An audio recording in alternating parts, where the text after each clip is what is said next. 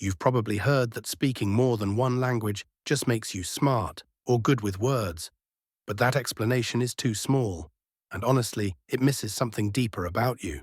Because if you're multilingual, chances are you've spent your life feeling slightly different. Not better, not worse. Just like your mind moves through the world in a way other people don't always see. And that's not a personality quirk, it's psychology. Let's talk about 7 rare traits multilingual minds tend to carry, not as advantages or flaws, but as strengths with hidden emotional costs. 1. You feel like a different version of yourself in different languages. Psychology term, identity shifting. You might notice your tone changes, your humor shifts, your confidence level moves depending on the language you're using. Not because you're fake, but because language activates different emotional networks in the brain. The cost, sometimes you feel fragmented, like no one fully knows the whole you. But the truth is, your mind learned to adapt early, and adaptability became your identity.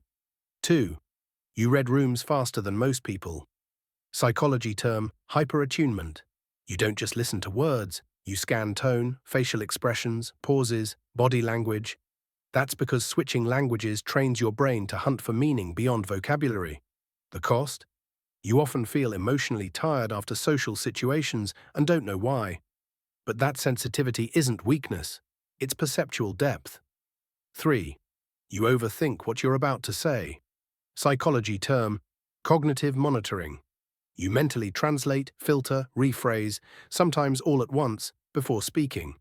So conversations feel slower inside your head even when you speak fluently. The cost? You may come off quieter than you actually are, or feel misunderstood, but your mind isn't slow. It's precise. 4. You feel emotionally stronger in one language and softer in another.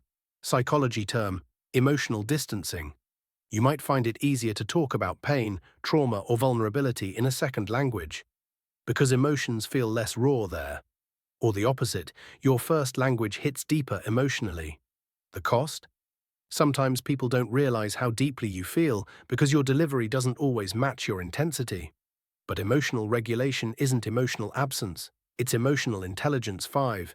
You feel like you belong everywhere and nowhere.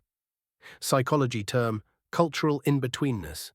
You can blend into different spaces, understand different worlds, translate not just language, but meaning, humor, norms.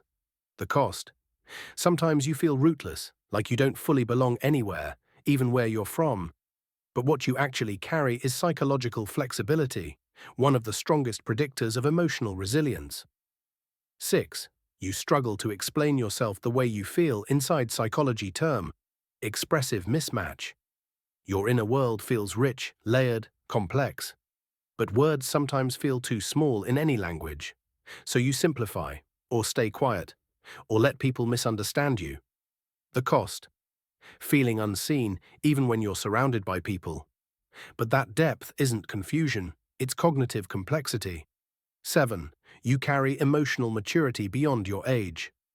Psychology term, accelerated perspective taking. Navigating languages early often means navigating misunderstandings, power dynamics, cultural shifts. So you learned empathy before most people learned self-expression. The cost? You became the listener, the translator, the emotional anchor. But your nervous system learned stability through awareness, not control. And here's the part no one tells you. You're not quiet, you're layered. You're not distant, you're processing. You're not overthinking. You're translating reality across internal systems most people don't even know exist.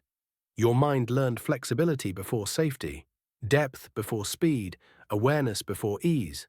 And yes, that came with costs, but it also gave you emotional range, psychological intelligence, and perceptual depth most people never develop. So if you've ever felt too complex for simple conversations, too sensitive for loud rooms, too thoughtful for fast reactions, you're not broken, you're bilingual in reality.